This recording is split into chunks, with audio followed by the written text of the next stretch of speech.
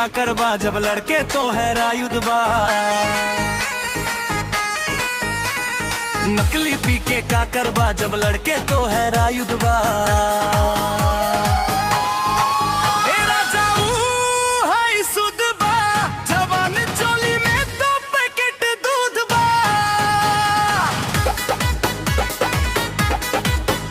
से पिया बात जाइबा मोदाई तबे पलंग पर मजानू आई।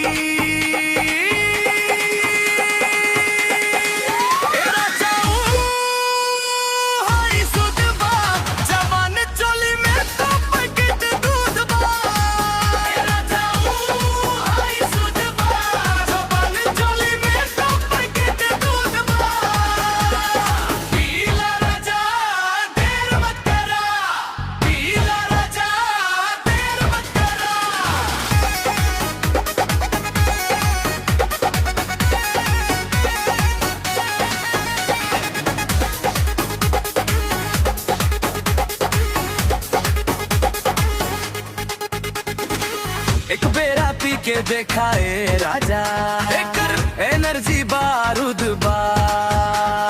जीतन सावरिया बलमुआ तू 100 साल जिया। मैं हारी के जोबर से अमृत जो पिया। दूसरा दुआरी खोजे लाची जवा घर में जे तो हला मौजूद बा।